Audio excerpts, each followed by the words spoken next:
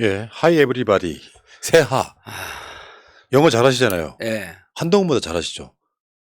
한동훈 영어를 하나요? 윤석열이 그랬잖아요. 글로벌 스탠다드에 맞게 영어도 잘한다고. 예. 딱 가발 안 썼는데. 아이고. 아니 나 무슨 얘기 안 했어. 나 가발 안 쓰고 나 이거 내 머리다. 아니 그러니까 토론회 때 모습과 방송이 왜 이렇게 달라요? 난 나라모를 먹지 가발을 쓰지 않습니다. 풍성교. 예, 풍성교. 다음 카페 풍성교. 그다음에 나라모. 아이 좀 잘해. 가발을 안 써요. 우리 위선은 안 살거든. 아, 또 가발 쓴 건 죄가 아니지. 그렇죠. 사실은. 예. 안 쓴 척하는 게 죄지. 예. 그렇지, 안 쓴 척하는 게 죄지. 예. 자, 알겠습니다. 자, 시작하겠습니다. 많은 분들이 좋아하시네. 예. 새날 만에 아주 특별한 인터뷰. 오늘도 정치 천재 나오셨습니다. 민주당 정치개혁특위 공동위원장 정봉주 의원 나오셨습니다. 예, 안녕하세요. 정봉주입니다. 아까 그 토론에서 봤는데 정치개혁특위가 없어진지도 모르고. 그게 오늘 토론에 사실 제일 기억에 남는 압권이었어요. 그러니까요. 없어졌는지. 그러니까 장경태 의원도 그러대. 자기가 뭐 혁신이 했는데 그게 없어졌는지 있는지 자기도 잘 모르겠다고. 사실 근데 있었어도 있었던 줄도 모르는 거잖아요. 그럼요. 당직자를 배치 안 해주면 활동을 못 해요. 의미가 없는 거지 그냥. 예. 근데 이제 장경태 의원의 현역이기 때문에 보좌관들을 쓰면 되는 거거든요. 예. 근데 이제 예를 들어 오늘 같은 경우도 우리 토론회 하는데 김의겸 의원실에서 빌려줬어요. 그 장소를. 안민석 의원실에서 빌려주고 싶어 했는데 하도 안민석 의원하고만 같이 한다고 욕을 먹고 그러니까 강민정 의원실에서도 빌려주려고 그랬는데 이제 김의겸 의원실에서 빌려줬고 그렇게밖에 못해. 당직자가 있으면 당직자가 다 알아서 하거든요. 그 배치를 안 해주는 거야. 못 하라고. 예. 그리고 우리가 운동을 하려고 그래요. 예. 정봉주에게 700만 원 돌려줘라. 아니 그건 들으면 들을수록 열받아. 되게 열받죠. 예? 아니 서울시장 나가겠다고 그 일종의 기탁금인가요? 그거를 700만 원을 맡겼는데 컷오프 시키면서 알려주지도 않고 700만 원도 안 돌려줘. 컷오프까지는 돌려줘야 되는 거잖아요. 그렇죠. 여러분 댓글창에다가 700만 원 돌려줘라 이렇게 꼭 써주시기 바랍니다. 아니 이건 말이 안 되는 거잖아. 컷오프도 열받는데. 범죄도시 완을 보면 장첸이 거의 마지막 대목에 이런 얘기를 해요. 내가 미워하고 꼭 죽여야 될 놈이 두 종류가 있는데 첫 번째 내 돈 띄어먹는 놈. 두 번째 거짓말하는 놈. 아니 이상하잖아요 진짜. 아니 경선을 올라갔다거나 뭐 여러 가지 이유가 있어야 되는데 700만 원 받고 그냥 전혀 컷오프를 시키고 연락도 안 해주실 정도면 전 돌려받아야 된다고 생각해요. 아니 부동산 원가 공개를 주장하는 민주당에서 그 경선 기탁금 공개해야 될 거 아니에요. 어떻게 쓰였는지. 그러니까 아무리 봐도 이상해. 그거는. 그래서 우리가 운동 좀 하려고요. 아이고 우리 불러놓고요. 인터뷰 한 번 안 했어요. 정봉주 700만 원 반환 운동. 700만 원 돌려줘라 훌라훌라. 그때 5.18 때 있잖아요. 내가 기억이 떠올랐는데 그때가 초등학생 때이긴 한데 광주 사람들 모여갖고 전두환은 물러가라 훌라훌라 했는데 거기에 거기 하나가 더 있었어. 놀랍게도 김일성은 오판 말라 훌라훌라 그게 있었어요. 기억나요. 그 우리 80년대 어깨 스크럽 짜고 데모할 때도 항상 그 구호가 나와요. 김일성은 오판 말라. 그랬는데 5.18이 북한군이 개입해서 만든 거라고 말하는 사람들이 있잖아요. 말도 안 되는 거지. 자, 근데 강원도지사가 되잖아요. 그러니까 700만 원 돌려줘라 훌라훌라. 700만 원 돌려줘라 훌라훌라. 돈이 아까워서가 아니야. 전두환도 돌려줬다. 700만 원 돌려줘. 700만 원 돌려줘라. 근데 오늘 토론 어떠셨어요? 이제 앞에서 지켜보셨는데. 저는 내용이 참 좋았다고 생각해요. 예를 들어서 김윤태 교수가 길고 초점이 없었다고 비판하는 댓글들이 많이 있었거든요. 근데 오늘 김윤태 교수 얘기를 딱 띄워갖고 요즘 프로그램 돌리면 그냥 스크립트 나오거든요. 그건 그냥 문서로 공부를 해도 된 내용이고 적어도 민주당에 애정을 갖고 있는 분들은 김윤태 교수 얘기는 한 번 더 들을 필요가 있어요. 그러니까 저도 안타까웠던 게 민주당이 지지율 떨어진 원인들 싹 설명하다가 조국 장관 이야기가 나왔잖아요. 그거는 조국이 잘못했다는 뉘앙스의 워딩이 아니고 예. 그 사건을 효율적으로 방어 못한 민주당 이야기거든요. 그렇죠. 근데 들리는 사람들. 저 사람은 나와갖고 조국 문제가 있다고 예. 주장한다로 들리는 거. 그렇게 들리는 거죠. 왜냐면 꼼꼼하게 안 들으면 그렇게 들릴 수 있거든요. 그리고 그때 당시에 그 조국 상황에 대해서 65%가 반대했다. 조국 임명한 거에 대해서 그 소개를 또 한 거예요. 그리고 당시 여론 분위기를 전해준 거거든. 본인의 주장을 한 게 아니고. 그런 점에서 이제 그 김윤태 교수가 좀 말이 너무 길었던 걸 제외하고 나면 들을만했다. 아니 그러니까 다른 사람들 보기에 말이 길은데 말 길다고 씹으면 좀 없어 보이잖아요. 그러니까 사회 보는 사람도요. 계속 등에 식은땀 나도 아니 그러니까 이제 게스트를 모셔놓고 지금 주제 발표하는 거는 중간에 끊을 수가 없잖아요. 토론이 그렇죠. 아니라서 되게 좀 아니 근데 당황스럽습니다. 그 푸른나무님이 당황하지 않다가 마지막에 마무리 발언을 저를 시키려고 했다가 제가 저분도 한번 주자 그랬다가 꼭 줬는데 그땐 진짜 길더만. 그때 당황하시더만. 내 보니 앞에서 보니까 안절부절하더라고. 이제 끝날 시간 돼가는데 배는 고파 죽겠고. 원래 이제 말이라는 게 의원님처럼 임팩트 있게 간결하게 짧게 하는 게 더 의미가 있을 수도 있어요. 재미도 없는데. 근데 그분은 TV 토론 나가잖아요. 기가 막히게 해. 그러니까 제한된 시간을 줘야 돼. 레거시형인 거예요. 예, 맞아요. 레거시형인 거야. 그리고 또 고대 83학번 그 학생회장 출신이에요. 이인영 1년 선배예요. 2000년도 마포구 을인지 노웅래 지역에서 출마했다 떨어지고 다 떨어질 때 혼자 출마해. 민주당한테 좀 악감정이 있으시겠네요. 2024년에 들어오고 싶어 해요. 그리고 당에서 노선 투쟁하고 이런 거에 논리적 그러니까 당이 좀 잘 되는데 좀 밑받침을 해주고 싶어 해. 네. 알겠습니다. 자. 그래서 오늘 푸른나무님이 그 사회 잘 보셨고 당원들이 가장 궁금해하던 요즘 막 토론을 많이 하거든요. 근데 토론을 하는 목적이 다 이재명 까기야. 돌려 까기, 직접 까기, 옆으로 까기. 이게 무슨 나노 공학이에요? 옆으로 분수 잘랐다 위로 잘랐다가 다 그거에 지금 요즘 하는 토론의 모든 토론 주제가 다 이재명 까기예요. 지금 오늘 토론 유일했던 것 같은데. 예. 이재명 까는 토론회가 아니라 민주당이 뭐가 문제인지를. 그렇죠. 그럼 민주당의 민주화라고 하는 주제도 우리가 잡으니까 이제 다른 데서 조금씩 얘기하기 시작하거든요. 지금 모든 토론에 초선 의원들도 그랬고 재선 의원들도 그랬고 김기식 불러갖고 아니 왜 김기식을 불러요? 정봉주를 안 부르고? 또 진짜 그 토론회 보내 열받아갖고. 야, 사람들이 그런 거 있잖아요. 자기 기준에서 바라보는 세상이 민주당 정치인들이 너무 심해. 일부는 너무 심해가지고요. 우리는 그거 알고 있잖아요. 그 사람들의 시각이 조중동의 눈으로 세상을 바라봐 그냥. 그래놓고 자기들은 모르는 거예요. 당원들의 생각은 모르는 사람들이 온통 조중동의 시각으로 보면 이재명 나쁜 사람, 정봉주 나쁜 사람 되는 거 아닙니까? 그리고 김기식 뭐 개인적으로 이제 얘기할 일은 아니지만 이재명 후보의 TV 토론팀에 있었어요. 근데 TV 토론팀에서 그 양반 때문에 다른 분 진짜 도와주는 분들이 많이 나갔어요. 그분 때문에 다른 자세한 내용은 제가 얘기 안 합니다. 그리고 김기식 의원이 자꾸 저렇게 하면요. 제가 김기식 의원 선배 후배들 그 가까운 라인들 다 공개합니다. 그 공개하면요. 그분들 중에 상당 부분이 지금 윤석열 핵심으로 들어가 있어요.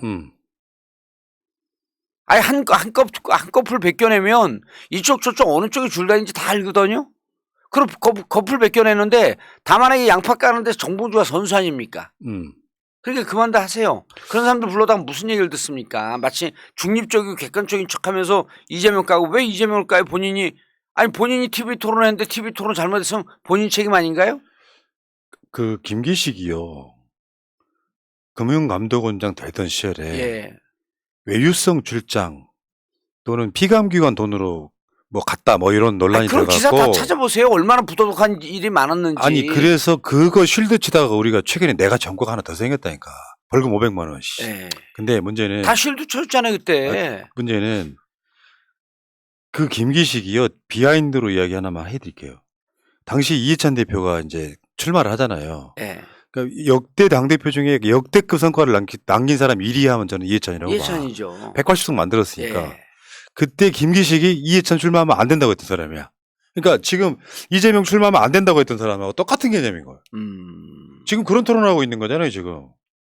답답하신 분들. 됐고요. 오늘 이야기는 아니고. 예. 자, 이제 본격적으로. 평가에 사람을 거명하면 안 돼요. 평가에. 그다음부터 개싸움 돼요. 그러니까 자기들 뇌피셜로 예. 누구는 출마하면 돼, 안 돼 같은 그건 뇌피셜이고요. 예. 당원 뜻은 어디에도 없는.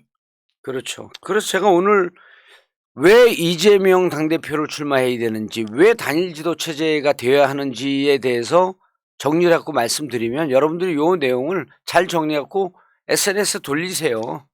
예. 알겠습니다. 출발! 자, 일단 검찰로 잠깐 갈게요. 예. 지금 윤석열 한동훈의 일제히 뭐 문재인 정부 뭐 수사한다, 이재명 후보 수사한다, 막 수사가 막 이루어지고 있잖아요. 예. 지금 검찰의 보복 수사, 정치 보복 이렇게 보고 계십니까? 저는 그렇게 보고 있죠. 지금 백윤규 장관이 월성원전 경제성 조작 때문에 지금 기소되고 재판을 받고 있지 않습니까? 그런데 산하기관 13명 기관장들을 교체했다는 거예요. 강제로 교체하면서 이제 그 교체하는데 이 사람 된다 안 된다라고 하는 게 이제 블랙리스트라고 하는데 검찰의 발표를 좀 새겨볼 필요가 있어요. 검찰이 김은경 그 환경부 장관 구속시키면서 청와대 김은경 장관과 파트너였던 신미숙 인사비서관을 같이 기소를 했거든요. 그리고 인사비서관 이분은 집행유예를 받았어요. 김은경 장관은 실형을 받았고, 그러면서 검찰은 뭐라 그러냐면 김은경 장관의 판결문을 검토했다. 김은경 장관의. 그런데 그러면서 백운규 장관과 청와대 라인이 연루가 되어 있어서 검찰이 의심하는 건 이겁니다. 청와대의 지시를 받아서 산하기관장들을 교체했다. 자, 이거 진짜 블랙리스트예요. 그리고 이것은 그 직권남용 업무방해 뭐 이런 거에 다 해당하는 거거든요. 근데 요 백운규 수사할 때 여러분들 검색을 해보면 누구 얘기가 나오냐면 민정수석실의 조국 장관 얘기가 나와요. 그 다음에 임종석 비서실장 나옵니다. 저들이 갖고 있는 의심의 근거에서 그림을 그려드릴게요. 자, 지금 백운규 장관이 한양대 출신입니다. 임종석 한양대 출신이거든요. 백운규 장관은 한양대 교수예요. 그리고 박상혁 의원 얘기 나오지 않습니까? 박상혁 의원은 한양대 출신이에요. 그럼 국민들이 보기에 백운규 장관을 통해서 일을 시켰고 박상혁인데 다 한양대 라인으로 해갖고 임종석이 박상혁 의원을 김포 을에다가 꽂았는데, 그러니까 이 라인을 통해서 백운규에게 지시했을 것이다라고 하는 게 기사의 내용이었어요. 자, 그런데 백운규 장관이 이번에 조사받지 않았습니까? 예. 거기서 조사받은 핵심이 이거예요. 임종석이 있었냐? 임종석 지시를 받았냐? 조국 지시를 받았냐? 그러면서 정책실장 지시를 받았냐? 인사수석 지시를 받았냐?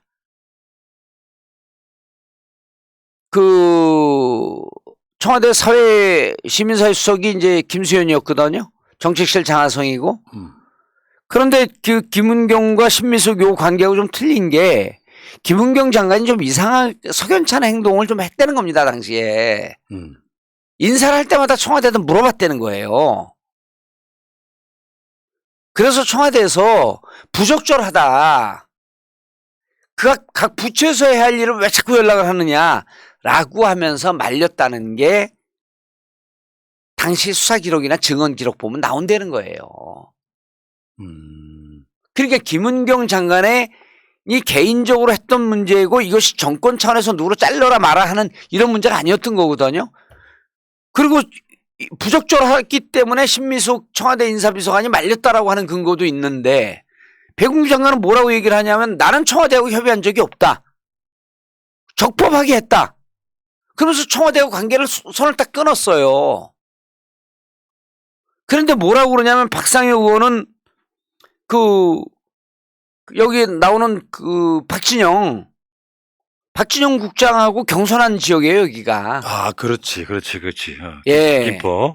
그러면서 이제 왜 박상혁 의원에 대해서도 의혹의 눈초를 갖냐 하면 박상혁 의원이 컷오프 됩니다. 과거에 안철수 지지했던 그것 때문에 이러저러한 문제가 있다고 보고 이제 컷오프가 되는데 이분은 또 컷오프 했다가 살아나요. 다시 살려요. 근데 살릴 때 임종석의 입김이 되지 않았을까라고 하는 것도 검찰에서 들여다보는 것 같아요. 그렇다고 하면 검찰과 임종석과 박상혁은 특수관계이고 또 박상혁이 백운규와 일정하게 업무 교류를 했다고 한다면 박상혁의 윗선은 임종석이다 이렇게 보고 있는 거예요. 그러니까 결국에는 이 수사는 조국, 임종석, 문재인 이쪽으로 향하고 있다는 건 맞잖아요. 향하고 있을 거로 보이는 거죠. 그런데 안타깝게도 그 끈이 끊겼습니다. 왜냐하면 백운규 장관이요. 그냥 녹록한 분이 아니에요. 소신이 분명하고 자기 철학이 분명하고 뭐 그 안에 들어서 이러면 이럴 것 같고 저러면 저럴 것 같고 이렇게 흔들리는 수사받은 분이 아니거든요. 그게 결국 못 가는데 핵심은 뭐냐면 결국은 청와대 이거 이렇습니다. 결론부터 말씀드리면 천하의 보수 진영에서도 문재인 대통령이 문제 있다고 생각하는 사람들 없어요. 그게 문재인 대통령을 감옥까지 밀고 들어가지 못합니다. 다만 문재인 대통령 주의를 쳐내면서 전임 정부의 도덕성 부분에 흠집을 내고 싶어 하는 거예요. 검사들의 마인드는 두 가지라고 보거든요. 예. 서울대 법대 출신이냐 아니냐. 예. 또 서울대 법대 출신이 아닌 사람들은 서울대 법대 출신하고 친해지려고 노력하는 이 분위기. 예. 그러니까 얘네들이 봤을 때는 한대 라인, 소위 한대 라인이 그랬을 거라고 그냥 짐작 지어놓고 증거를 찾아가는 과정이잖아요. 서울대 다음에 고대고 고대 다음에 성대에 한대는 쳐주지도 않아요. 뭐 그 이야기야 뭐. 아니 그러니까 그런데 근데 이제 여기서 이 보통 방송 여기까지는 좀 알아요 사람들이. 그래서 임종석 조국이 계속 기사에 나온 거 이들을 치려고 그러는데 안 되는 거거든요 이게. 근데 왜 이들을 치겠습니까? 문재인 대통령 손대지 못하는 거 자기들도 알거든요. 근데 왜 자꾸 이 청와대 정부를 칠까요? 청와대 정부를 치는 순간에요. 아, 도덕적으로 좀 문제가 있다 이런 인식이 국민들한테 좀 퍼질 거 아닙니까? 그러면은 그 전임 정부에서 아랫배에 힘 빠지면서 힘을 못 써요. 그 힘을 못 쓰면 전임 정부의 사람들은 친명 친문을 지금 나눠서 싸우는 거로 보지만 사실은 우리가 5년 동안 하면서 문재인 정부와 이재명 후보는 한 궤입니다. 지금 이재명을 공격하는 분들이 자기들이 친문이라고 해서 제가 여기서 성격 규정했잖아요. 친문 아니고 친낙이다. 문재인 대통령 정부의 도덕성에 흠집을 내고 거기에 힘을 빼는 순간 이재명 치기가 쉬워집니다. 지금 이 전임 정부에 손을 대는 거는요. 그 다음에 이재명 후보 그 사법 처리하겠다는 거예요. 이 프로세스를 지금 가고 있는데 공교롭게도 대장동 바로 언론 보도가 나오잖아요. 이게 우연의 일치입니까? 그래서 저는 바로 이 문제 때문에 이재명 후보가 물러서지 말고 전면에 나와야 된다고 보는 거예요. 맞죠. 이게 첫 번째 이유입니다. 김혜영 전 의원이 뭐라 그러냐면 사법 절차를 마무리하고 와라 당대표 출마하려면. 그건 지난번에도 말씀드렸지만 첫 번째 저들의 정치 보복성 수사를 인정하자는 거예요. 이재명 대장동 수사 받았거든요. 그 측근들.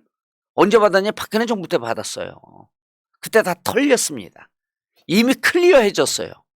근데 지금 이번 대선 때 또 대장동 얘기에 이건 정치적으로 프레임 씌워서 정치 보복하고 정치적으로 스케치 내기 위한 거 아니에요? 근데 우리 진영에서 여기에 동의를 해줘요. 사법적 절차를 마무리해라? 사법적으로 하자 있다라고 하는 건 누구 주장이었습니까? 윤석열 측 주장이었고 지금 한동훈 법무부 장관 쪽에서 흘러나오는 주장 아니에요? 그걸 우리 진영에서 동의를 하고 있어요? 예를 들어 사법적으로 칼 들어오고 이재명이 나 뭐 은퇴하고 뒤에 있을게. 뒤에 있는데 자꾸만 사법에 칼을 대려고 그래요. 그럼 우리가 뭐라 그래야 되겠습니까? 당신 뒤로 빠져 있으니 우리 당의 소중한 자산을 자꾸 쑤시려고 하니 안 되겠다. 전면에 나서라. 나서서 정면으로 이거 부딪혀 싸워야 된다. 이 얘기를 해야 되는 거 아니에요? 그러니까 이성윤, 이정수 예. 이 사람들이 이재명 대장동 수사를 부실하게 했다고 고발당한 상황이에요. 그 전에 박근혜 때 했다니까요. 그러니까 이게 참 아무튼 지금 결국에 이런 거거든요. 문재인 정부의 청와대 핵심이든 예. 이재명이든 뭔가 문제가 있는 것처럼 치고 그리고 지지층이 그게 그렇게 돼 이완되거든요. 예. 부도덕했다고? 우리 쪽이 이완이 되죠. 이완이 되거든요. 그리고 자기 지지층 10에서 15% 정도는 15에서 20% 정도는 반드시 저들에게 보복하라라고 하는 욕구가 있는 거예요. 그러니까 실제로 이렇게 이완돼서 옛날에 그런 거 있잖아요. 뭐 한명숙이 돈 받았다고 같은 얘기죠. 예. 우리 측이 흔들리잖아요. 노무현 대통령이 뭐 논두렁 시계를 버렸다고 같은 이야기잖아요. 내가 그거 차고 왔어요. 오늘 논두렁 시계 비싼 거 이거. 주사꾼에 차고 왔어요. 그래서 그런 걸로 흔들어 놓고 예. 꼭 내부적으로 준동하는 또 그런 세력들이 있어. 그거 하면 내부적으로 이걸 전문용어로 질탁동기라고 그러거든요. 밖에서 닭이 쪼개도 안에서 병아리가 쪼듯이 이 안에서 병아리 새끼들이 그거에 대응하면서 쏴주는 새끼들. 네. 병아리 새끼들이라. 병아리 새끼라고 하는 건 맞죠. 병아리 새끼죠. 뭐 아이입니까? 그렇죠. 그 닭어미. 닭어미. 큰일 날 뻔했다. 세스짱. 그러니까 그런 상황에서 지금 정치 보복이라는 게 그런 거 아니에요. 대장동도 사실 털어서 나올 게 없어요. 예. 근데 수사 다시 시작해. 그럼 가장 노리는 것이 아까 말한 것처럼 민주당 내에서 이재명 수사받고 와. 클리어하고 와. 그때까지 출마하지 마. 요 스킬로 쓰이는 거잖아요. 그렇죠. 에이 참. 지금 저쪽 진영에서 제일 불편한 거는요. 이재명 후보가 당대표 나와서 민주당의 중심이 되는 게 제일 불편한 거예요. 네. 왜냐면 그거 싹이 크기 전에 5년 안에 다 죽여버려야 되는데 완전히 밟아갖고 이제 고개도 못 들게 만들어야 되는데 그렇게 치려면 뭔가 사법적으로 문제가 있다 그래야 될 거 아니에요? 근데 당대표가 되면 그거로 자기들 정치 보복을 어떻게 합니까? 이거 엄청난 역풍이나 정치적 리스크를 안고 가는 건데 그래서 제가 첫 번째 저들의 정치적 보복이 없으면 이재명 미국 가서 쉬어도 된다는 거예요. 예? 공부하고 와도 돼요. 그런데 대선 끝나자마자 그리고 검찰 출신들을 전면 배치할 때는 우리는 정치적 보복이 있을 거로 예상을 해야 되는 거 아닙니까? 그런데도 바로 배공기를 쳐요. 그다음에 국고손실죄라고 하면서 경찰에서 이상민 행자부 장관 밑에 있는 경찰이 129군데를 압수수색이 들어가요? 이 법과 문제가 없다라고 이미 털린 거 아닙니까?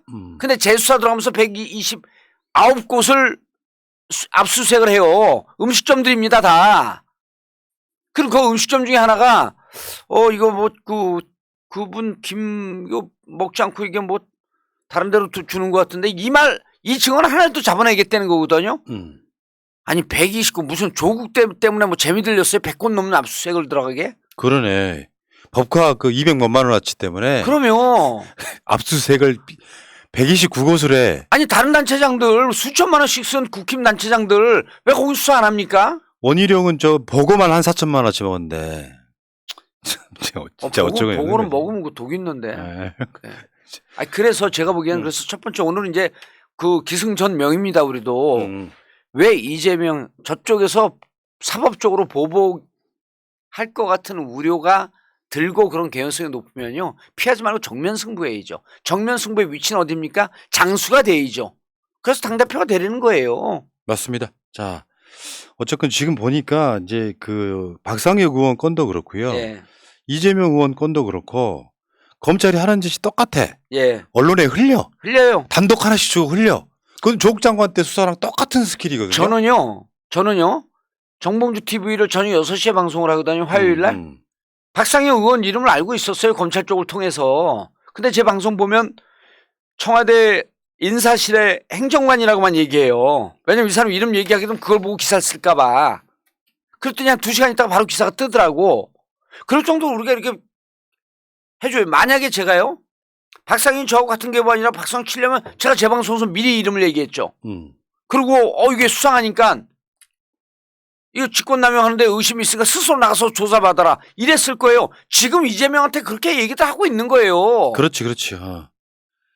그러니까 이게 사실은 언론에 밀리 흘린다는 것은 그들이 자신 없다는 뜻이기도 해요. 그럼요. 여론전 하겠다는 거예요. 여러분 이해를 해보세요. 제가 박상혁 의원하고 일면식도 없는데 박진영하고 친하다는 이유 하나만으로 박상혁 의원 이름을 미리 얘기하고 자 당신이 백운규 이분하고 내통을 하면서 청와대에서 지시했다라고 하는 의혹이 있으니 당이 이런 것 때문에 지지율이 빠진다. 자진 출두해서 조사받아라. 이 얘기하면 뭐라 그랬어. 저 미친놈이 드디어 완전히 미쳤네. 이럴 거 아니에요. 박진영 띄우려고. 박진영 띄우려고. 이런 식의 마인드가 작동을 하는 거죠. 그러면 근데 안 그러잖아요. 왜? 계보가 틀리고 입장이 틀리고 박진영과 정적 관계에 있었지만 그래도 우리 동지 아닙니까? 예. 또 박진영은 통 크게 박상영 만났대요 이번에. 어허. 저 지방선거 전에서 난 출마 의사가 없고 당신과 정치적으로 지역에서 싸울 생각이 없다. 그냥 마음 놓고 잘 정치해라. 이렇게 또 얘기했다는 거예요. 얼마나 대인배다운 모습이에요? 그러네. 인간은 소인배지만 실질적으로 행동은 대인배처럼 하는 게 진짜 대인배지. 그러니까 민주당 수박들이 봐야 될 행동이에요. 그런 게. 예, 봐야 되는 거예요 진짜. 선거 끝나고 났으면 수고했다가 먼저거든요. 예. 자 어쨌건 지금 검찰의 정치보복 이야기 해봤고요. 정치 보복으로 좀 보이고 왜 검찰 출신들 전진 배치해놨겠습니까? 자기들의 일관된 논리로 아주 그 전격적인 전격적으로 진격 작전하려고 하는 거로 저희는 보인다는 거예요. 아이고 근데 안 통해요 이제는 이 시대가 다 눈치를 채고 있는데. 백운규 장관도요. 내가 그 표정 봤잖아요. 교수실을 압수수색하고 집 압수수색하고 아니 업무를 장관실에서 봤을 거 아닙니까? 그럼 그 산업장관부실 가면 그 하드 다 있을 거 아니에요. 압수수색하면 거기만 해야죠. 무슨 학교 왜 들어갔겠어요? 학교에다 이미지 기스내려고 그런 거예요. 에휴 여기까지 하겠습니다. 정치보복 맞다. 예, 정치보복으로 보인다. 맞다 그러면 또 쟤들 또 걸어요. 그냥 정치보복일 수도 있다고 생각하지 않게 되면 우리 진영에서 화가 나기 때문에. 아니요 저는 정치보복 맞다고 단언할 수 있습니다. 그래요? 왜냐하면 정치보복인 거잖아요. 저희는 맞다고 단언하는데 한 표 던질게요. 저쪽은 그거잖아요. 죄가 있는데 털지 말라는 거냐 이 논리와 예. 지금 전체적으로 이야기를 들어보면 언론 플레이 하는 것부터가 정치보복인 거예요. 그럼요. 죄 있으면 그냥 잡아다가 증거 뒤밀고 구속하면 되잖아요. 뭐 말도 안 되는 소리지. 왜 공개를 해요? 뭐 우리가 저항할 힘이 있나요? 예. 여기까지. 예. 자 김건희로 잠깐 갔다가 민주당으로 갈게요. 예. 김건희 좀 들렀다 갑니다. 예. 자 김건희 비선 논란 무엇이 문제입니까? 어제도 제가 이제 그쪽 팀들하고 얘기를 좀 해봤는데 제2부속실 빨리 만들어야 되겠다. 그리고 지금 저 보아마을 간 거거든요. 보아마을 간 게 그쪽 그 해명들은 이래요. 공적 영역과 사적 영역이 반반 섞였다. 무슨 짬짜면이에요? 문재인 대통령이 이 얘기했잖아요. 짬뽕과 짜장이 섞인 겁니까? 대통령과 대통령 부인은 대통령 되는 순간 5년 동안요 24시간 공공재라 그랬잖아요. 문재인 대통령께서. 지금은 짬짬이 아니고 짜파구리. 짜파구리 기생충이죠 그게. 네. 그래서 김건희 두 가지를 이제 보이는데 모든 게 다 공적 행동이다. 그래서 저 부분은 실질적으로 가려고 하게 되면 공적 서포트를 받으면서 하는 게 맞다. 그럼 공적인지 사적인지 구분 못하는 걸 전문적으로 뭐라 그러냐면 아마추어 정부다. 그치. 이건 진짜 중요해. 아마추어. 예. 아마추어 정부입니다. 그러니까 청와대를 나오면서부터 시스템이 완전 무너진 상태잖아요. 예. 그 시스템을 무너뜨린 게 바로 본인 아니에요. 예. 뭐 대통령을 처음 해봐가지고 뭐. 예. 참. 처음 해봐 하기 싫으면 나도 내가 할게. 나도 처음 해보고 싶어. 꿈이 대선이셨어요? 누구요? 의원님. 그 부산 자주 가요. 부산 가면 대선 소주 있습니다. 처음 해보는 거 싫으면 놔줘. 내가 해볼게. 참. 네. 그래서 김건희 씨는 공적 영역의 행동이에요. 더 극적으로 얘기하면요. 숨 쉬는 것도 공적 영역입니다. 공기 아니에요. 공기. 그렇죠. 예, 숨 쉬는 것도 공적 영역이고요. 행동 하나하나가 국가의 안위와 국민의 그 스트레스, 안정 여기에도 영향을 줍니다. 그래서 이렇게 대외적으로 활동을 하고 카메라에 찍힐 요량이 있다고 한다면 무조건 제2부속실 부활하세요. 그 우리는 다른 비판하고 좀 결이 틀리게 공정하게 비판합니다. 나는 이게 뭐를 하기 위해서 봉화마을 가고 왜 무슨 또 어느 법사가 가라고 그랬는지 그건 잘 모르겠으나 이렇게 움직여서 카메라가 쫓아다니고 행동 하나하나가 국민의 관심사가 되려고 하면 공적 영역의 지원을 받아라. 그리고 공적 영역에 지원하는 청와대를 뭐 슬림하고 축소한다 그러면서 제2부속실하고 이렇게 공과 사를 구분 못하는 이러한 정부는 아마추어 정부라고 하니 이러지 말고 제2부속실 부활을 시켜라. 그리고 제2부속실에 공적 지원을 받아라. 아마 누가 공적 영역으로 들어가게 되면 단명한다 그랬을지도 모르겠어요. 아마도요. 아마도요. 네, 아마추어 정권이니까 아마도요. 네. 아마추어 정권이 머리를 아마두라고 합니다. 아마도요. 그래서 그렇게 하지 말고 이제 점점 더 심해지거든요. 그러니까 이제 50% 지지율 무너지잖아요. 지지율은요 가랑비에 옷 젖습니다. 지지율은 어느 거 하나에 훅 가지 않아요. 민주당 지지율 빠지는 거 봐요. 뭐 때문에 빠졌죠? 뭐 때문에 빠진지 잘 몰라요. 야금 갉아먹습니다. 신압으로. 예, 신압으로. 살라미 전술하듯이 야금 쓸려요. 근데 지금은 가장 더 위험한 건 뭔지 아세요? 윤석열이 지지율 의미가 없다고 생각하는 게 더 문제잖아요. 우리는 이제 선거전 같은데 지고 있으면 지지율 의미 없어. 투표하면 이게 이렇게 이야기하지만 대통령은 지지율을 봐야 되는 사람이잖아요. 왜? 국민의 뜻을 받들어 정치하니까. 소통이기 때문에. 소통이기 때문에. 예를 들어 사면도 그런 거 아니에요. 네. 사면권은 대통령한테 있지만 국민들 뜻이 사면 반대하면 못하는 거잖아요. 근데 지금 윤석열은 지금 이런 상황에서 세상에 하다가 단임제 나라에서 대통령이 처음이라 이런 소리를 해버리면은 그때부터는 이제 약간 바보 소리 듣는 거예요. 대통령을 또 하려고 그런 건 아닐까? 무서워. 개헌하려고 그러나요? 무서워. 개헌을 해도 네. 본인은 포함 안 되는 게 개헌이잖아요. 포함이 안 되죠. 본인 포함시키면 또 한 번 개헌을 해야 돼요. 두 번 하면 됩니다. 그냥 이런 얘기 한번 해 주실래요? 윤석열한테 김건희는 어떤 존재일까요? 문득 그게 궁금해졌어요. 그러니까 우호적 관계냐, 뒤치다거리하는 관계냐, 아니면 오히려 김건희의 조력을 받고 있는 사람이냐? 저는 1+1인 것 같아요. 최순실 이상일 것 같아요. 이게 느낌입니다. 그냥 뇌피셜이거든요. 그런데 적어도 전체 인사나 이런 정치적 판단을 하는데 김건희 씨의 영향력이 훨씬 더 큰 것 같아요. 그래 보이죠. 예, 그래 보여요. 그러니까 대통령이 기자들 앞에서 아침마다 모여서 김건희 실드 치고 있는 느낌. 어떤 경우에는 죄송하게 됐다 하면 되거든요. 근데 그런 자세가 아니고 무조건 실드야. 뭐 빵 같은 거 들고 갈 일이 있어가지고 뭐 이런 거 있잖아요. 아니 그런 실드를 대통령이 치고 있어. 팝콘 영화 봤잖아요. 그것도 공적 영역이에요. 대통령 사적 영역이 어디 있습니까? 아니 우리처럼 정치를 못하는 셀럽도 어디 식당 가고 사람들 우연히 만나는 것도 다 공적 영역이거든요.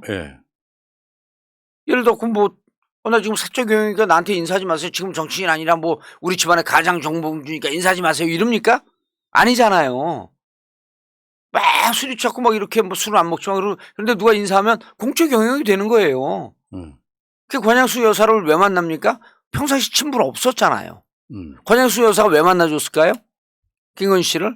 대통령 부인이기 때문에 만나준 거예요. 그러면 그 순간에 대통령 부인의 자격으로 온 거예요. 그럼 대통령 부인의 자격으로 왔으면은 공적 활동을 한 거고 공적 활동을 했으면 공적 영역에서 지원을 받아가는 게 맞죠. 그럼 아무도 뭐라고 안 그랬을 거예요. 왜 사사롭게 이상한 사람 데리고 가니까 자꾸만 무속인 논란이 나는 거죠. 그 만약 대통령 경호실 혹은 제2부속실 직원이었으면 예를 들어 무속인 출신이 무속 때려치고 직원으로 들어갔으면 그때 무속인이 따라가도 뭐라고 얘기를 못하죠. 야 무속인이 직원인데 어떡할 거야. 그래서 이렇게 사와 공사 구분을 못하는 걸 아마추어라 그러지 않습니까 우리가. 아마추어 정부는 지지율이 빨리 빠집니다. 그런데 그 다음날 아마추어 정부임을 인정했어요. 대통령을 처음 해봐서. 그러네. 예. 이제 그러니까 대통령이라는 자리에서 절대 하면 안 되는 말이 그 말이거든요. 저 딱 말을 듣는 순간 진짜 이 사람은 대통령 자격이 없네라는 소리가 나오죠. 아니 레베쿠젠 있다가 프리미어에 갔어요. 그거 손흥민이 그냥 공을 찼는데 그냥 헛발질을 해. 감독이 야 왜 공을 그렇게 차 그러면 프리미어라고 처음이어서요. 그래? 그럼 레베쿠젠 가. 이렇게 되는 거예요.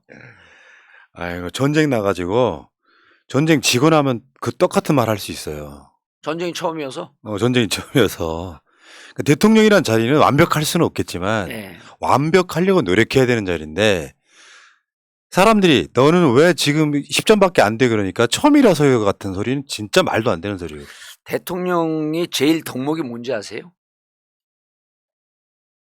저는 이렇게 생각을 해요. 국민들로부터 통제받는 자리다. 통제가 없어지는 그 권력을 독재 권력이라고 하거든요. 그럼 국민들로부터 아까 오늘 그 중요한 말씀하셨잖아요. 푸른 나무님 토론할 때 정치인은 말로써 누구를 그 당 지도부는 설득하는 게 아니라 당원들의 얘기를 듣는 자리다. 대통령이 제일의 덕목이 통제를 받아야 돼요. 그냥 국민들 얘기를 들어야 되는 거거든요. 근데 지금 윤석열 정부는 이 통제가 필요 없는 정부처럼 보여요. 이재호 의원이 멋진 얘기 했더라고. 제왕적 권력을 내려놓는다 그러면서 모든 행동은 다 제왕적으로 한대. 어제 거기 어제 그제 봉화마을 간 것도 통제받지 않겠다는 거 아니에요? 제왕적 권력을 행사한 거 아닙니까? 내 맘대로 찍는 대로. 사저도 찍는 대 관저도 찍는 대로 가고. 내가 이 사람 데리고 갈게? 그럼 청와대 부속실에서 만약 있었으면 이랬을 거예요. 공적 업무로 가는 거기 때문에 사인을 배석시킬 수 없습니다. 같이 가서 안 됩니다. 이 얘기를 했을 거거든요. 그 얘기를 안 해주니까 데리고 가는 거 아니에요. 그러니까 그게 더 열받는 게 이미 그 따라간 사람 중에 직원이 있어. 예. 코바나 컨텐츠 출신. 예. 그러면 그 공식 라인들만 참배하면 되거든요. 예.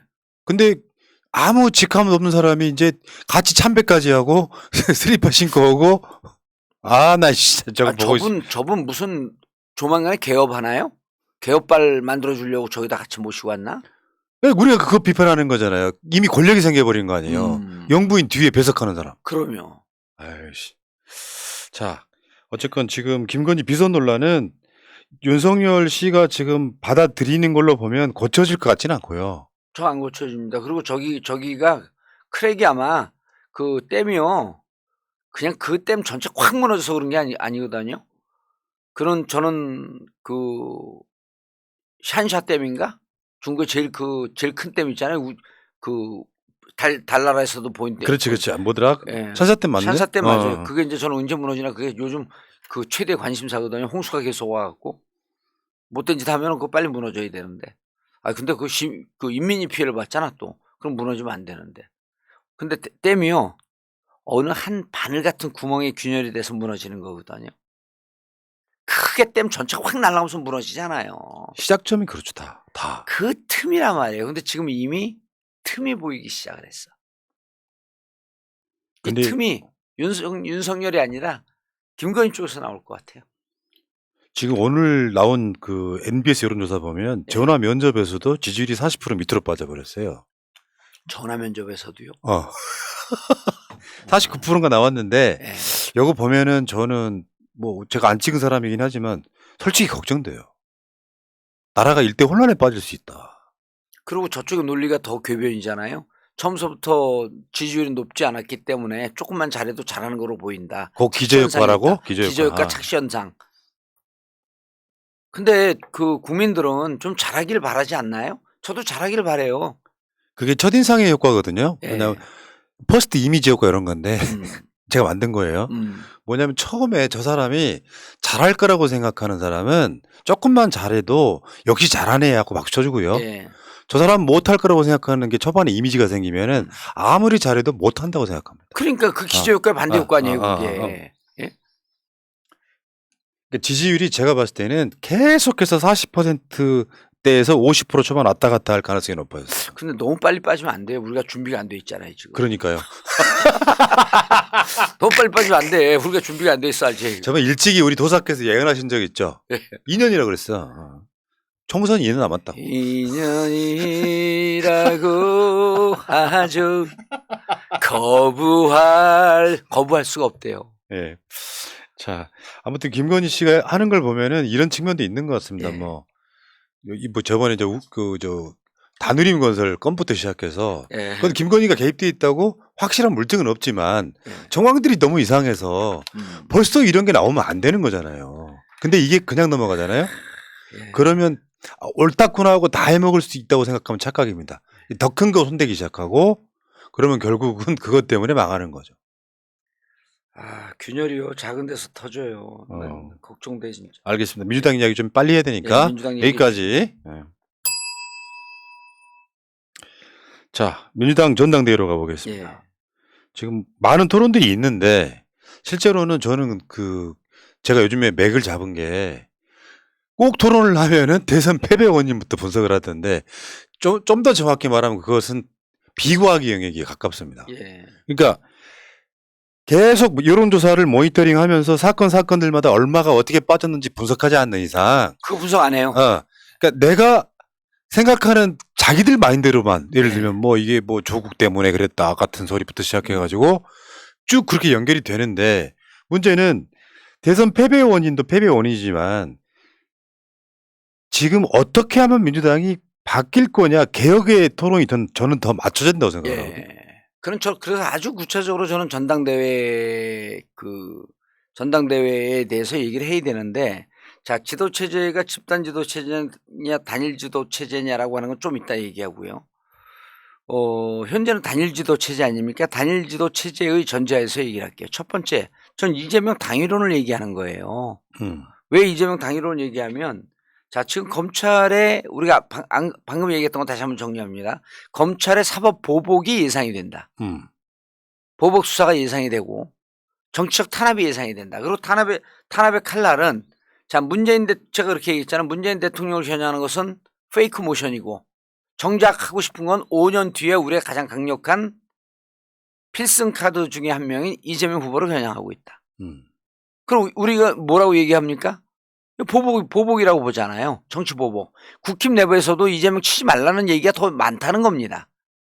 이렇게 정치 보복하게 되면 정치권에선 영원한 성공하는 보복이 없다는 거예요.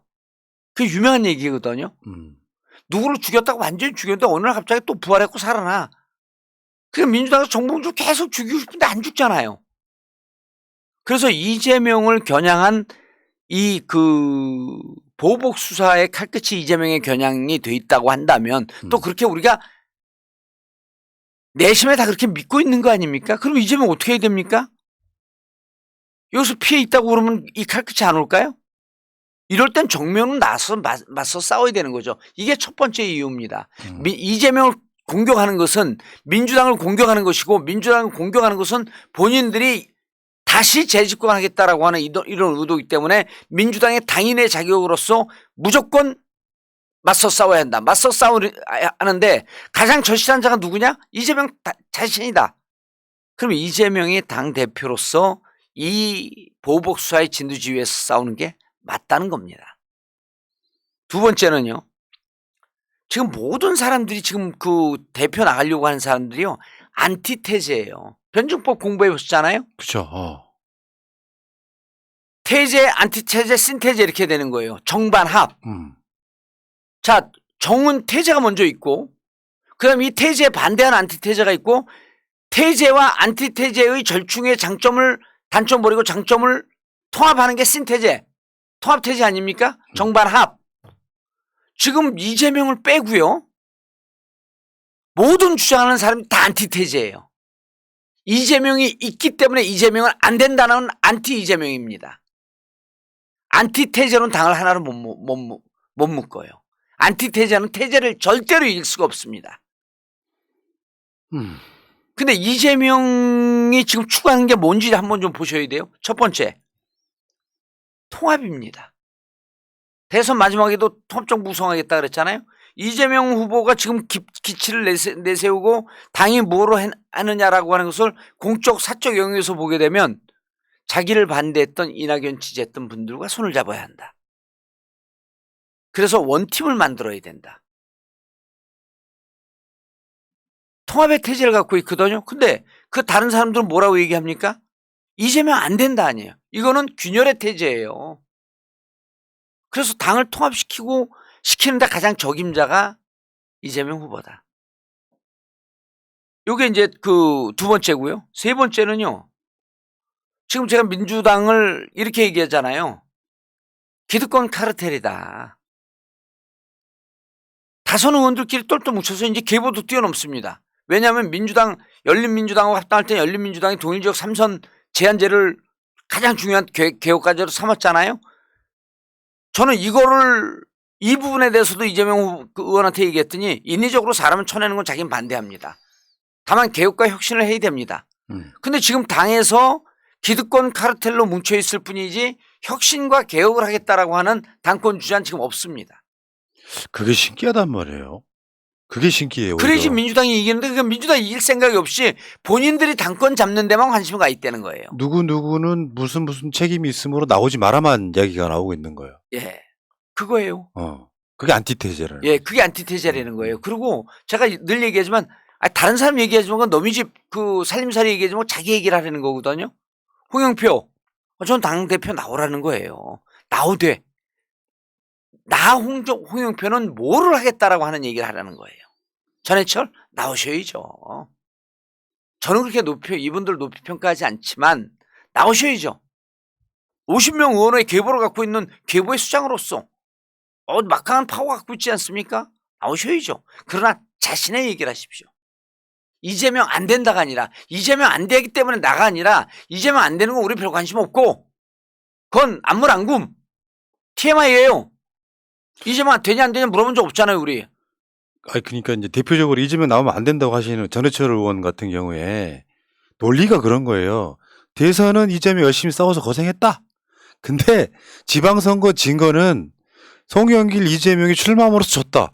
그러니까 근거 없는 논리를 대면서 그러니까 문재인 대통령도 대선 진 뒤에 3년 뒤에 당권 도전했으니까 지금 나오지 마라.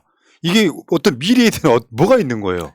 아니 저는 송영길하고 이재명이 대선 패배의 원인이라고 생각을 해요. 동일합니다. 그런데 우리 동의가 맞을까? 내 생각이 맞을까? 당원들한테 한번 좀 물어보면 안 돼요? 그 잘난 여의도 연구소는 왜 여의도 연구소가 아니라 민주연구소는 왜 이런 걸 당원 여론조사 안 하죠? 하면 될 거 아니에요. 민주당 예산의 30%를 쓰는 게 민주연구원이에요. 예. 아니 이런 거 대선 패배의 원인을 본인들이 얘기를 하잖아요. 이런 걸 항목도 갖고 물어보면 안 됩니까?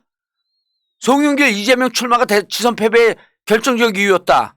민주당이 총체적인 난국에 빠졌었다. 민주당의 정체성이 왔다 갔다 함으로 당원들에게 신뢰를 주지 국민들에게 신뢰를 주지 못했다. 여러 가지 열거할 수 있잖아요. 여론조사 전문가들이.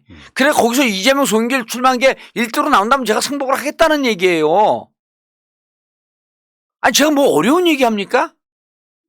그러니까 사실 이번 지방선거는 대선의 연장선에 있었기 때문에 예. 대선 패배의 원인 제공한 사람들이 결국 지방선까지 망하게 한 책임이 있는 거거든요. 예. 예를 들어서 내부 정지를 한다거나 예. 심지어 이낙연 지지자들이 윤석열을 지지한다거나 이 과정들 속에 그들을 제지시키거나 못하게 말리거나 한 적 없는 사람들이 그럼요. 대선의 연장선에 있던 지선을 졌다고 그래서 이게 이재명 책임이다라고 하고 당권 나오지 마. 이거는 좀 말도 안 된다는 거죠. 일단 이유가. 아니 이재명 대선 후보가 졌을 때 이낙연 지지했던 의원들이 내일처럼 뛰지 않아서 졌다라고 하는 이 이유를 갖고 집요하게 문제 제기하면서 싸우자 그러면 어떡할 거예요? 아니잖아요. 그런 얘기 안 하잖아요. 근데 밑에서 이재명 흔들고 이낙연 지지 의원들이 열심히 하지 않았기 때문에 졌다라고 하는 얘기를 우리가 전면에 내세웠고 해본 적이 있습니까? 없잖아요. 저는 하고 있습니다. 하고 있어요? 전면을 내세우진 않잖아요. 분석해보니까 그렇더라고요. 네. 그렇게 진 거예요. 나는 그냥 민주당이 실력이 없어진 것 같아요. 그건 이제 통합적인 이야기고. 사실 그러니까 그건 맞아요. 아까 말씀하신 것처럼 이재명 송영길 책임이 없다고 볼 수는 없는 거죠. 예. 근데 그게 전적인 책임이냐 예. 아니면 정말로 뭔가를 가리기 위해서 이거를 내세우는 거냐 이 차이 아니에요. 제가 그분들한테 한마디 얘기해 줄게. 침소봉대. 작은 걸 갖고 그렇게 과장하면요. 과하면 위험한 겁니다. 그러니까 저번에 며칠 전에 나온 여론조사 보니까 예. 후보의 자질이 없어서 같은 이야기는 10% 정도밖에 안 되고 예. 대부분 3분의 2 이상은 민주당이 잘못해서예요. 그러면 잘못했었죠. 그러니까 그 민주당에는 민주당 소속 국회의원도 있을 거고 예. 민주당 비대위도 있을 거고 예. 민주당 전체 구성원일 수도 있거든요. 예. 근데 그런 것들은 이야기 안 해. 오직 이재명 책임론만. 그러니까 그게 무슨 말도 안 되는 문법이에요. 문재인 대통령은 대선 지고 나서 3년 뒤에 당권 나왔다. 예. 너도 3년 쉬어. 뭐 이런 내용인가요? 문재인 대통령은 하나님이 힘으로 그 룰을 따르라 이런 거예요. 그러고 이런 것도 있죠. 그러니까 중요한 건 그때랑 지금 정치의 일정이 다르잖아요. 예. 만약에 1년 한 10개월 뒤에 있는 총선을 우리가 쥐게 되면 대선이 위험해지잖아요. 예. 뭐 그럴 때는 가장 리더십 있는 사람, 가장 당원 국민들의 지지가 높은 사람, 이런 사람이 개혁적으로 끌고 가는 게 답이라고 우리는 보는 거거든요. 예. 동의하시죠? 100% 동의하는 거죠. 저는요, 이런 우리 민주당 의원들이 실력이 없어갖고 정책 그 논쟁, 노선 논쟁 잘 안 하는데 제가 이 문제 제기 한번 해볼게요. 1월 4일 날 이재명 이 국회의원들이 날짜 얘기하면 기억을 못해요. 왜? 지들이 열심히 안 뛰었으니까. 1월 4일 날 이재명 후보가 신년 퇴제 발표를 해요. 근데 그게 중요한 게 뭐냐면 유능한 경제 대통령 소확행이에요. 전 소확행 하지 말자 그랬어요. 그때 제가 뭘 던졌냐 하면 내부적으로 국민통합정부를 치고 나가야 된다. 근데 국민통합정부, 그래서 1월 4일날 이재명 후보가 국민통합정부 하려고 그랬어요. 근데 내부적으로 반대했습니다. 그러다가 언제 했냐면 2월 14일날 명동선언 기억하시죠? 안철수 윤석열이가 막 통합할 것 같으니까 우리가 급한 마음에 2월 14일이 월요일이에요. 월요일날 명동에서 퇴제 발표하는데 이때 국민통합정부입니다. 그럼 원래 1월 4일날 발표하려고 했더니 40일 늦게 발표된 거거든요. 저는 1월 초부터 국민통합정부를 던지고 소확행을 부차적인 과제로 가져갔으면 난 이겼다고 봐요. 정책이 무척 중요해요. 이렇게 24만 7천 표 차이 날 땐 정책이 중요하고 전략이 중요합니다. 공약이 중요하고. 근데 소확행으로 밀고 가는 바람에 40일 동안 소확행을 해요. 소확행을 하면서 머리에 남은 게 뭐 있죠? 털약? 탈모? 의료로 해준다? 그거 말고 또 기억나는 게 뭐가 있죠? 그럼 소확행을 밀고 가던 집단이 있습니다. 그 집단에게 책임 묻고 있나요? 안 묻잖아요. 이런 걸 싸우자는 거예요. 그 집단 중에, 이거 책임질 사람 중에 하나가 민주당 7구 세대 중에 한 명으로 거명되는 사람이고, 접수. 예, 그리고 이거 반대했던 사람 중에 하나가 청와대에서 10년 가까이 있었던 친문의 핵심 중에 핵심이에요. 이 사람들에게 왜 반대했고, 당신들이 국민통합정부를 미리부터 했으면, 국민통합정부를 하니까 우리가 저쪽 빨대 있잖아요, 스파이들. 국민통합정부 던지자마자 국힘에서 초긴장을 합니다. 왜? 중도의 소구력이 높은 아젠다니까. 그럼 저는 따지는 거예요, 묻고. 왜 1월 초에 국민통합정부 후보도 받아들이려고 할 때 니네가 왜 반대했는데?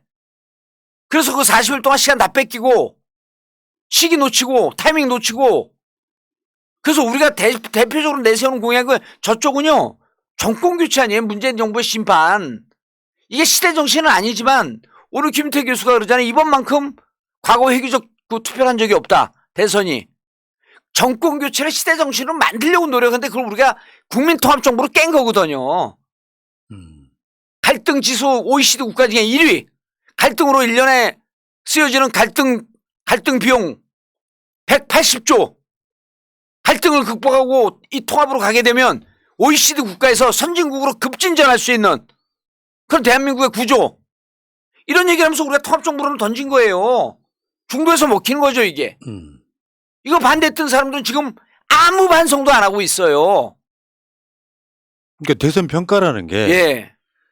정책 공약 이런 걸 갖고 평가를 해야죠. 또는 전략. 예. 이런 평가를 안 하고 그냥 자기들끼리 주워 들은 걸 갖고 와서 뭐뭐 때문에 선거를 졌다고 분석을 하면 예. 저는 이렇게 보거든요.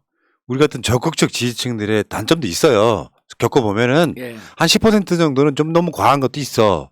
근데 기본적으로 봤을 때 적극적 지지층이 분석하는 게 대부분 맞아요. 예. 아니, 그분들이 인터넷 수사대 아닙니까?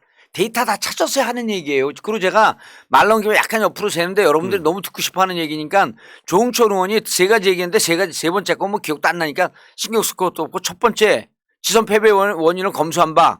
그래서 두 번째 철험에 해체해야 한다. 자, 저는 조홍철 의원이 일관돼요. 일관된 토마토야. 괜찮아. 민주당, 예. 아니, 민주당에 그런 의원 필요해요. 일관돼. 금태수처럼 왔다 갔다 하지 않아. 표리부동하지 않아. 좋아요. 그런데 검수완박 때문에 민주당 지지율이 빠졌다라고 하는 것은 다음에 어디 방송에서 얘기할 때 근거를 좀 대주십시오. 근거가 없어요. 무슨 근거를 갖다가 차용을 했고 이거 거의 뭐 그 왜곡된 보도를 하냐 하면 자 검수완박 하고 난 다음에 내가 몇 번 반복하니까 좀 외우세요 여러분. 이거 그 수박 여러분들 이런 걸 좀 외워두세요. 물론 이 새날 안 보겠지만 검수완박 직후에 조사한 민주당 여론 지지도 조사에서 민주당 지지도가 안 빠집니다. 한동훈 청문회 잘못하고 박안주 성비위 난 다음에 13%가 빠져요. 그런데 그럼 조홍천은 왜 자꾸 검수완박 때문에 민주당이 지지율이 빠졌다고 얘기하느냐. 검수완박 하고 난 다음에 여론조사를 또 돌려요. 검수완박이 통과된데 여기에 대해서 찬성합니까? 35%.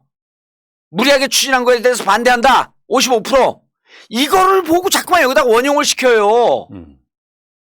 그럼 제대로 됐다 사는 35%가 민주당 지지자입니다. 근데 한동훈 잘못하고 박안주 잘못하고 어떻게 빠지냐면 20대 후반까지 빠져요. 검수완박 잘했다는 35%는 민주당 지지자라니까요. 그러니까 검수완박을 하고 난 이후에 여론조사하는데 민주당 지지가 안 빠졌습니다. 그러니까 조홍천 의원님 어디서 빠졌는지 좀 근거를 대주세요. 이후에 검수완박을 갖고 또 여론조사를 하니까 찬성이 35% 반대가 55% 돼요. 이건 민주당 지지율하고 연동을 안 시켰어요. 이런 걸 갖고 자꾸만 민주당 지지율 빠졌다, 민주당이 여기서 무너졌다라고 하는 얘기하게 되면 옆집 애 키가 얼마인지 재놓고 그걸 갖다가 우리 애 키 컸다라고 얘기하는 거랑 똑같은 거예요. 이런 측면도 있고요. 그러니까 35% 있잖아요. 35%는 민주당이 잘만 하면 투표장에 다 나올 사람들이에요. 투표율이 70%일 경우에 35%는 50%란 말이에요. 그렇죠. 그러니까 이것도 감안을 해야 되는데. 50%일 때는 그 70%야. 70%가 되는 거죠. 근데 이 35% 정도의 숫자가 민주당이 잘하고 개혁할 때만 반응하는 숫자잖아요. 그럼요. 이런 분석을 안 한다는 거죠, 예. 문제는. 표는요. 그 스윙 보트가 별로 없어요. 왔다 갔다 하지 않고 들락날락해요. 우리 지지자가 우리가 잘하면 나왔다가 네. 잘못하면 안 나왔다가. 아유, 그래서 저는 이제 제가 이제 좀 또 이제 당 지도부에 우연히 들어갈 기회도 또 있을지 모르니까 좀 점잖게 오늘 정도만 해도 무척 점잖게 얘기했잖아요. 아니거든요. 왜요? 중간에 너무 텐션 올리셔갖고. 아, 그래요? 내가 당이 높아져갖고 당을 떨어뜨리려고. 긴장하시지 말고. 네. 나는 어떤 거나 다 좋아요. 다 좋아. 예, 근데 그래서 민주당 의원들 나는 민주당 비판하고 욕하고 민주당 무슨 그 적극적인 정체성 분명한 사람들 욕하는 거 좋은데 그럴 때마다 근거를 좀 대줬으면 좋겠어요. 아, 그러니까 비과학적이야 이 양반들이. 근데 희한한 게요. 정치인이 내가 정알못이라고 그 규정하는 이유는 국회에서 자기들끼리 밥 먹는 걸 정치라고 착각하는 거예요. 당원들하고 소통해야 되나? 당원들하고 소통하고 당원 뜻을 계속해서 받아들이면 지금 국회에서 저런 식으로 수박소리 듣는 사람들 수박소리 못 듣습니다. 안 듣죠. 안 듣는다고. 근데 이게 온통 아침에 조선일보, 저녁에 중앙일보, 밤에 동아일보 보니 그냥 그럴듯해 보이거든요. 근데 실제로 민심이라는 건 그런 거 아니에요. 아주 디테일하면서도 절절한 하소연 같은 거거든요. 그 소리 들어본 적이 없으니 조선일보 기자의 눈으로 세상을 보는 거지. 수박 판매 악순환을 제가 말씀드릴게요. 자, 조모 의원님, 조홍천 의원님 금방 다 알겠지? 조응모. 자, 그런데 이렇게 얘기를 해요. 자, 민주당 치선 패배 원인이 검수완박 때문에 그랬다. 그래서 철험회를 해체해야 한다. 자, 이렇게 되면 이걸 어디서 기사 써주면 조선에서 기사를 써줍니다. 또 조선 기사를 보고 또 다른 수박 상인 1, 상인 2입니다. 상인 2가 야 조선일보 보니까 검수완박하고 그래서 이 철험회 해체해야 되는데 조홍천 의원이 얘기해서 그걸 받아갖고 기사 쓴 얘기는 안 하고 그렇게 얘기해요. 그러면 이제는 중앙일보, 동아일보가 그 상인 B의 수박 상인 B의 얘기를 또 듣고 또 기사를 내. 그럼 이제 그 상인 3은 야 조선일보도 나오고 중앙일보도 나왔다는데 검수완박 때문에 졌댄다 우리가. 이걸 우리가 수박 유통의 악순환이라고 얘기하는 거예요. 그리고 오늘 토론에 나왔던 이야기인데 민주당이 천신정 이후에 개혁 그룹이 없다는 거죠. 없어요. 그건 우리가 만든 거예요. 되게 신기하죠 그거 그때. 왜냐면 민주당에서 그런 그룹이 천신정이 살벌했었어요. 어느 정도냐면 김대중 대통령이 정동영 그 의원이 청와대 들어갔잖아요. 2002년도에. 그 자리에서 김대중 대통령 앞에서 동교동 해체해라. 어? 홍삼 트리오 정리해라. 다 죽는다 우리. 예? 그럴 때 성대모사는 이렇게 안 했겠죠. 이러다 우리 다 죽어. 그러진 않았겠지. 그렇게 대놓고 할 정도로 직격탄을 날렸어요. 그런 의원들이 지금 어디 있습니까? 근데 그런 민주당에서 뭐 철험에 해체하라 같은 소리를 하고 있어 지금. 그 진짜 이상하죠. 네. 그러니까 이게 본인들은 못 느낄지 모르겠는데 기득권화 돼버렸다는 대표적인 증거예요. 그러면 기득권 되는 순간에는요. 저는 친명예도 기득권 세력이 있다고 보거든요. 본인들이 공천을 받을 수 있다고 하면 계보도 없어 이제 그때는. 그걸 우리 기득권 카르텔이라고 하고 이번에 당원 당규를 안 바꾸려고 하는 그룹들을 통칭해서 기득권 카르텔이라고 한다. 맞습니다. 그러니까 이번 전당대회는 비대위부터 시작해서 네. 개혁이냐 아니냐에 대한 논쟁을 해야 돼요. 그래서 이번에 혁신 전당대회예요. 그러면 여기 아까 그 지도 체제에 대해서 조금만 더 이야기 한번 해보시면 일단 기본적으로 단일 지도 체제를 대부분 아직까지 찬성하는 것 같아요. 그러니까 당대표 흔들기가 될 수 있다. 집단 지도 체제는 이 점에 대해서 뭐 특별히 하시고 싶은 말씀이 있으세요? 역사를 보면 됩니다. 우리가 여당일 땐 집단 지도 체제 했어요. 여당일 때는요. 당을 굳이 디펜스할 필요도 없고 공격해공을 뺏을 필요도 없어요. 그런데 2007년도에 정권을 뺏깁니다. 뺏기고 났는데도 계속 집단지도 체제를 해요. 그러니까 어떻게 돼요? 그 결과 2012년에 정권을 못 찾아와요. 그래서 그 이후에 바꿉니다. 집단지도 체제로는 힘을 한 곳으로 모을 수가 없구나. 그 단일지도 체제로 갑니다. 그럼 역사적 결과가 나와요. 자, 여당일 땐 집단지도 체제 해도 돼. 왜? 청와대가 있으니까. 야당일 때 집단지도 체제 해보니까 못 이겨. 야당일 때는 힘을 한 곳으로 모아서 일사불란하게 싸우는구나. 그리고 이재명 후보가 대회하는 네 번째 이유가 뭐냐면요. 어느 계보의 수장이 이번에 당대표가 되면요. 공천 학살을 합니다. 자기 계보 아니면 다 쳐내요. 이재명 후보는 당권이 목표가 아니고 대선이 목표이기 때문에 근거 없이 공천 학살을 하겠습니까? 제가 확인했어요. 공천 학살 할 겁니까? 제가 왜 공천 학살을 해요? 이거 그저께 확인한 거예요. 전화통화로. 그럼 공천 학살 안 한다고 선언하세요. 저쪽 그 친낙 쪽에서 불안해하니까. 그거 제가 그런 얘기 한다고 믿겠어요? 그거 제가 그랬어요. 안 믿어도 하세요. 어느 그룹의 수장이 되든 누가 되든 예언할게요. 정봉주는 무조건 컷오프고 기존에 있는데도 있는 의원들도 자기 계보 아닌 건 다 공천학살입니다. 2024년도에 공천학살하면 어떻게 되겠어요? 총선 필패죠. 총선 필패하면 어떻게 되겠어요? 대선 필패죠. 2년 안에 못 끝내요. 이렇게 되면. 그래서 제가 보는 정리하면 첫 번째 정치, 보복, 사법 칼날이 들어오면 그 당사자가 최전선에서 싸워야 한다. 두 번째, 누구를 대상으로 하는 게 아니라 본인이 태제고 본인이 통합의 주장을 하고 있다. 그리고 혁신할 수 있는, 본인은 목표가 대선에 가 있기 때문에 당을 혁신할 수 있는 데 가장 적임자다. 그럼 마지막에 2024년에 특정 계보의 이익을 위해서 공천 학살을 안 할 유일한 후보다. 이게 이재명 당일론이에요. 그리고 자, 단일 지도 체제로 가야 되는 거 그만 역사 얘기했잖아요. 야당일 때는요. 봉숭아학당 만들지 말고 단일 지도 체제로 갖고 일사불란하게 싸울 수 있는. 그래서 또 여기서 이제 얘기를 할게요. 집단 지도 체제는 구심력보다 원심력이 더 발휘가 되는 거고요.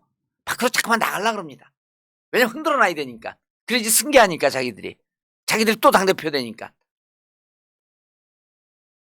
야당일 때는 구심력을 어떻게 할 것인가가 당 운영의 목표가 돼야 돼요. 어떻게 단합할 것인가 같은 말이죠. 어떻게 단합할 것인가. 그다음 마지막으로요. 5번째가 있습니다. 보통 넷으로 끝나요. 건공감리 이게 이제 오행 뭐 이런 거 해갖고 건공감리 끝나는데 제가 서양식으로 5번째까지 갈게요. 이재명 당대표가 되면요. 당 지도부와 의원들에게 행정적 처리가 워낙 발달된 사람이기 때문에 의원들에게 추상적 임무를 주지 않고 구체적 임무를 줍니다. 야, 그거 진짜 야, 역시 봉도사의 시각 다르네. 예. 생각지도 못했네. 구체적이에요. 진짜 공무원들 그렇게 다뤘잖아요. 예. 아니 최고위원 시키면 최고위원 하고 월수금 갖고 이거 주둥아리만 털고 가는 게 아니라 당신은 최고위원이면서 사무총장도 맡으세요. 언론개혁도 뭐 어떤 언론개혁 맡았고 요 부서를 갖고 이 일을 하세요. 연구원 맡았고 싱크탱크 만드세요. 이런 것을 하고 의원들에게도 이번에도요. 정치 보복 대응팀을 만들어야 될 거 아니에요. 어제 우상호 의원이 잘 얘기했는데 그거 우리가 이미 유튜브에서 3주 전에 얘기한 걸 이제 털어. 인사정보관리단 위원이다. 얘기했잖아요. 여기서도. 너무 늦어. 아니 늦지 않아요. 독립운동을 8월 16일 날 해. 독립운동 공소시효는 8월 15일까지거든. 그래서 그러면은 이런 그 인사정보관리단을 위해서 인사혁신처 법을 개정하자. 법의 개정 방향 이미 우리가 유튜브에서 다 얘기했잖아요. 법에 의하지 아니하고 인사에 대한 관여를 하지 않는다. 이렇게 되면 인사정보관리단이 어떻게 검사가 판사의 인사검증을 합니까? 이거 못하게 하는 거 아니에요. 이렇게 하기 위한 인사혁신처의 법 개정을 위한 TF를 만들어주고 의원을 배치해 주는 거예요. 법사위가 하라니까 맨날 법사위가 오버로드 걸리잖아. 법사위원장이 한때 꿈이었던 정청래 의원 같은 경우 배치해보세요. 얼마나 잘하겠어요. 그러다 보면은 안에 있는 원내의원들이 바빠고 못하다 보면 어떻게 됩니까? 원내에 실력 있는 사람들을 이런 구체적인 업무에다 배치를 하는 거예요. 그래서 업무의 구체성을 제일 잘 살릴 사람이다. 진짜 그러네. 야. 예. 그 디테일은 아마 정치인 중에 최고가 아닐까? 투쟁의 인적 배치의 적재적소를 윤석열이 말은 적재적소라고 하지만 실제 적재적소의 배치 능력은 가장 탁월한 게 이재명이다. 이렇게 5가지입니다. 그러네요. 야, 예. 역시 천재입니다. 오늘 이 이재명 당일로는요 매뉴얼에 5가지 여러분 정리해갖고 그 뭐예요 거기 그 딴개에도 뿌리고 클리앙에도 뿌리고 다 뿌리세요. 그러네. 예. 아, 훌륭하세요. 그래서 집단 지도체제, 단일 지도체제 역사만 보면 나오잖아요. 야당일 땐 단일 지도체제로 일사불란하게 구심점을 만들고 싸워라. 참 이재명 나오면 나도 나가고 이재명 안 나오면 나도 안 나간다. 이거 도대체 이걸 주장하시는 분 머릿속에 도대체 뭐가 들어있는지 그분은 뭐 민주당이라고 쓰고 이렇게 읽는 거예요. 숭구르당당 숭당당 숭구르당당 숭당당. 적을 이롭게 하는 거죠. 대선 때도 아마 그런 사람들이 굉장히 많았잖아요. 윤석열 지지하고. 그래서 우리가 철학 공부를 하다 보면 인간 중에 가장 부족한 인간이 남의 얘기를 하는 인간이에요. 너 얘기를 해라. 너의 주장은 무엇이냐. 그러니까 지금은요 보통 상식이라면 인물에 관한 문제라기보다는 내가 윤석열 정부와 가장 선명하게 싸우겠다. 맞서 싸우겠습니다가 주장이 돼야 돼. 지금 정권 뺏긴 지가 얼마나 됐다고. 이미 이재명은 당사자예요. 그 보복 수사의 당사자거든. 싸울 수 있는 명분은 충분하잖아요. 그렇지. 그러니까 그런 주장이 안 나오고 대선을 방해했던 사람들이 나와갖고 대선 지선 졌으니까 네가 책임지고 너는 당대표 나오지 마. 도대체 이 마인드를 이해를 못하겠다는 거예요. 참. 그러면서 이제 분위기가 내가 안 될 것 같지만 최고위원은 들어가고 싶어. 그러면 이제 집단 지도체제로 이제 그래가지고 당대표만 이재명인데 나머지는 다 수박이야. 당 깨자는 거죠. 그러면 수박 생산자협회가 민주당에 항의해야 돼. 민주당에 수박이 너무 많았고 수박이 안 팔린다고. 나 수박 참 좋아하는데요. 저도 수박 엄청 좋아해요. 수박 진짜 맛있는데. 참 알겠습니다. 정봉주 이야기를 들어야 잠이 오신다는 분들이 계십니다. 예, 아니 이재명 당일은 5가지 딱 정리가 됐잖아요. 그다음에 집단 지도 체제 필요성 한마디로 정리가 되잖아요. 아니 단일 지도 체제의 필요성. 이재명 후 이제 의원이 당 대표에 나오고 안 나오고는 본인의 선택이겠지만. 그러면 근데 나와야죠. 네. 지금 현재로서는 이미 칼을 뽑은 상태 아니에요. 어떻게 보면 다시 집어넣기 좀 힘들지 않습니까? 아니요.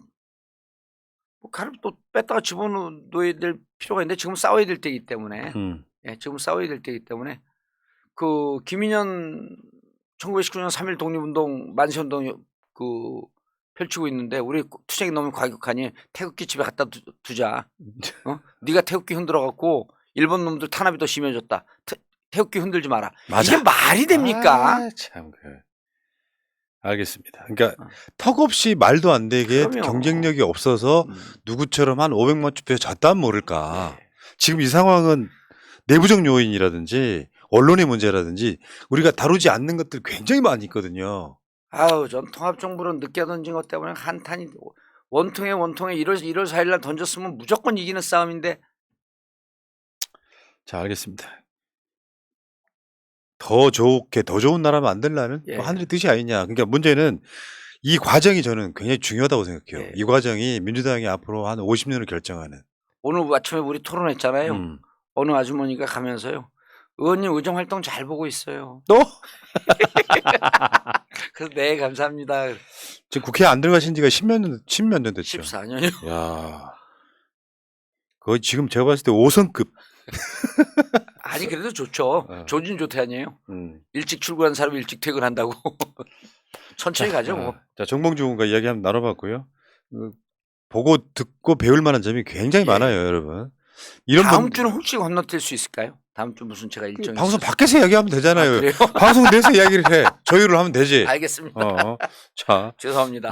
네. 자, 정봉주 의원이 만약에 예. 정봉주 의원 같은 사람이 최고위원회에 있다면 물론 일부는 욕할 수도 있겠죠. 예. 근데 다수의 사람들은 일처리 잘한다 할 것 같거든요. 저는 진짜 만약에 뭐 중앙위원 컷오프 해갖고 나갈 기회가 되고 혹시 지도부 들어가면 저는 박진영이 항상 저한테 하는 얘기가 있거든. 박진영하고 저걸 한 3년을 같이 일을 해봤어요. 저는 말 잘하는 정봉주가 아니라 정말 정봉주가 얼마나 일을 잘하는지 좀 보여주고 싶어요. 그건 제가 안다니까요. 네. 저번 서울시장 이번 말고 나왔을 때 공약을 보고 사람들이 혀를 내둘렀잖아요. 네. 야, 진짜 일 잘하는 사람이네. 여기까지 하시죠. 예. 다음 주 거 다 한 번 더 할까요? 1시간 더 할까요? 다음 주 거를? 아니 다음 주 가급적 나올 수 있으면 나와야 되는데 이제 또. 예. 그리고 오늘 그 오전에 토론한 거 내용 여러분 너무 좋습니다. 그래서 못 보신 분들은 다시 한번 좀 새날 그 돌아가고 있죠 지금. 예. 다시 한번 보면서 토론해도 재미는 없지만 꼭 봐야 될 토론이니까 좀 봐주시기 바라겠습니다. 그리고 민주당의 민주화 네이버 카페 민주당의 민주화 운동 가입이 조금 저조한데 여러분들 거기서 그러네. 우리 이미 채팅창에 지금 올려져 있어요. 민주당의 민주화 운동 카페 가입하기. 예. 저도 본부장. 그리고 여기 푸른나무님도 본부장. 우리 모두 본부장. 전 국민의 본부장 시대. 꼭 가입 좀 해주십시오, 여러분. 자, 정봉주 의원과 함께한 오늘 3가지 정도 알아봤는데 늦게 들어오신 분들은 앞에 가서 다시 한번 보시고 그 앞으로 가시면은 오늘 토론회도 지금 있습니다. 자, 의원님은 또 다음에 뵙겠습니다. 고맙습니다. 예, 감사합니다. 민주주의 평화 통일 다 죽어간다. 이대로는 놔둘 수 없다. 자, 다시 한번 해보는 거야. 자, 다시 한번 싸우는 거야. 자, 손 맞잡고 어깨를 걸고 우리 함께 이기는 거야. 자, 다시 한번 해보는 거야. 자, 다시 한번 싸우는 거야. 자, 손 맞잡고 어깨를 걸고 우리 함께 이기는 거야. 자, 다시 한번 해보는 거야. 자, 다시 한번 싸우는 거야. 자, 손 맞잡고 어깨를 걸고 우리 함께 이기는 거야. 자, 다시 한번 해보는 거야. 자, 다시 한번 싸우는 거야. 자, 손 맞잡고 어깨를 걸고 우리 함께